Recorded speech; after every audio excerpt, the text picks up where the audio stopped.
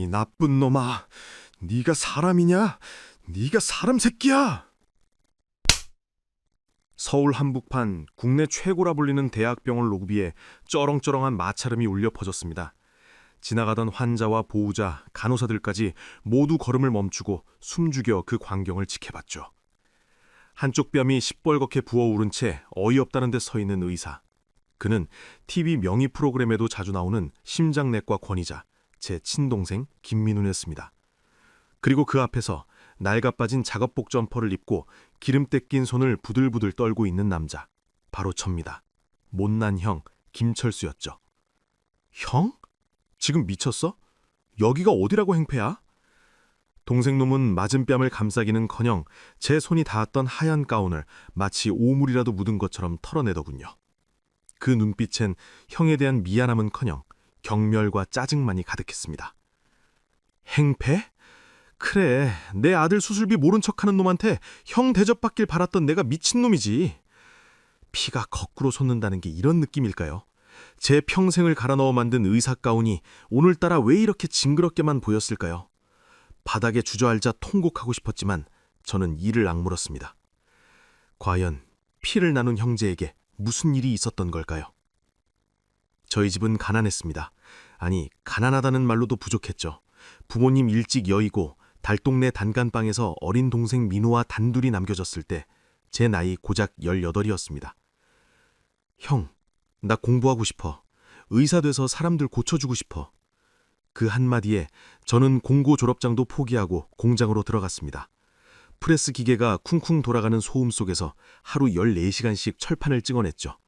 손톱 밑엔 항상 새카만 기름대가 끼어 있었고 오른손 검지 한마디는 기계에 잘려나갔습니다. 하지만 괜찮았습니다. 민우가 보란듯이 의대에 합격했을 때 그 합격증을 들고 펑펑 울던 날 제 잘린 손가락 따위는 아무렇지도 않았습니다. 형, 내가 나중에 호강시켜줄게. 형 손가락 내가 다 보상해줄게. 민우는 그렇게 말했었죠. 등록금, 하숙비, 용돈. 제 월급 봉투는 뜯어보지도 못한 채 고스란히 민우에게 들어갔습니다. 저는 라면 하나로 두 끼를 때워도 동생놈 의학서적은 제일 비싼 걸로 사줬으니까요. 그게 부모 대신 형이 해야 할 일이라고 믿었습니다. 그때까지만 해도 저는 제가 세상에서 제일 농사를 잘 지은 농부인 줄 알았습니다. 시간은 흘러 저는 55이 되었고 작은 철공소에서 여전히 기름밥을 먹고 있었습니다. 민우는 대학병원 교수가 되어 강남 아파트에 살며 부잣집 딸을 결혼해 승승장구했죠.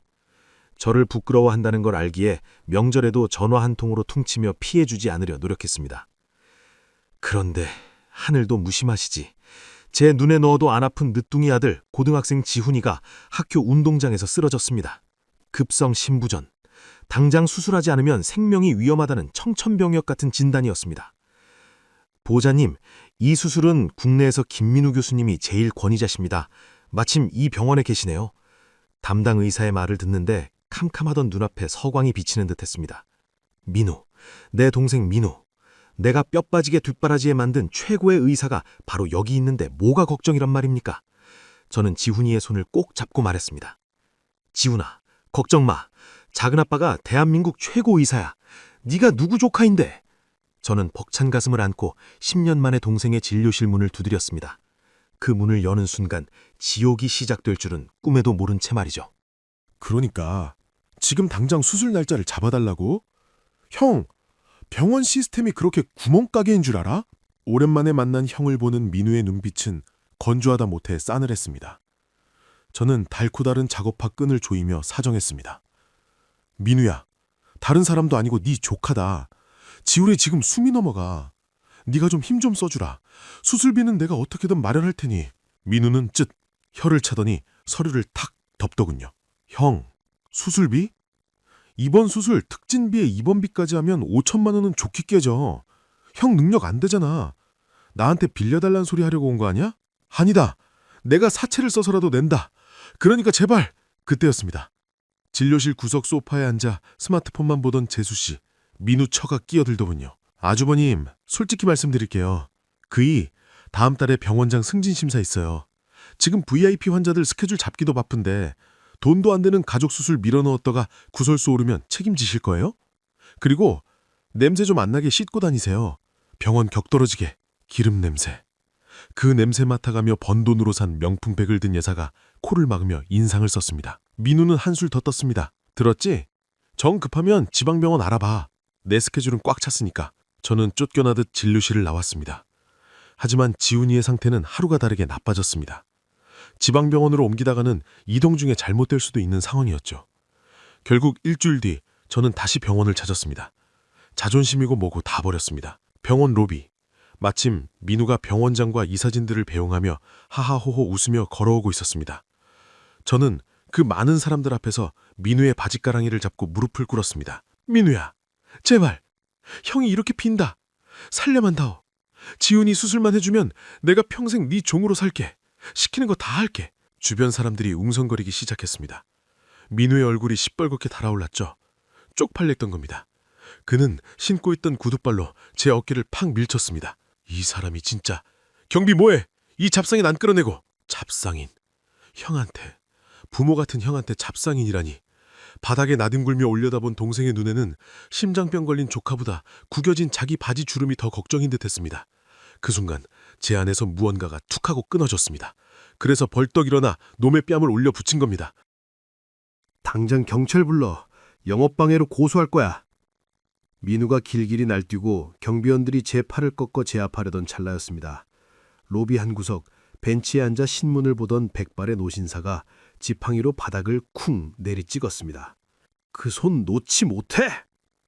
쩌렁쩌렁한 목소리에 로비가 순식간에 조용해졌습니다. 허름한 차림의 노인, 하지만 그 눈빛만은 냉수처럼 형형했습니다. 경비원들이 쭈뼛거리며 물러나자 노신사가 저에게 다가와 제 달아 빠진 손을, 그 잘린 손가락을 어루만졌습니다. 자네, 그 손가락 30년 전 영등포 대성정밀에서 날아간 거지?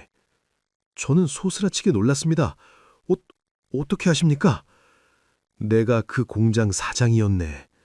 자네가 밤새워 철판 찍어낼 때 사무실에서 자네 월급 봉투에 동생 등록금 보태주던 박가일세.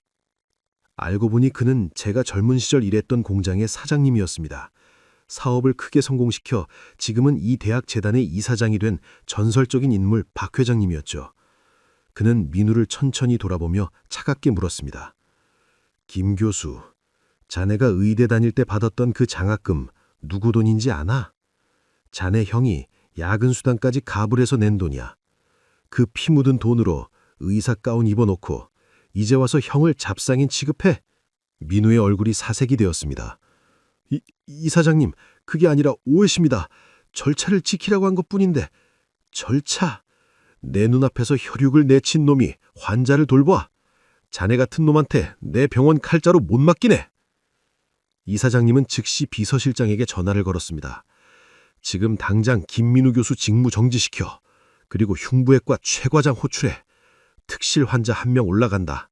비용은 재단에서 전액 부담한다. 상황은 순식간에 역전되었습니다. 로비에 있던 사람들은 박수를 치기 시작했고 민우는 다리에 힘이 풀려 주저앉았습니다.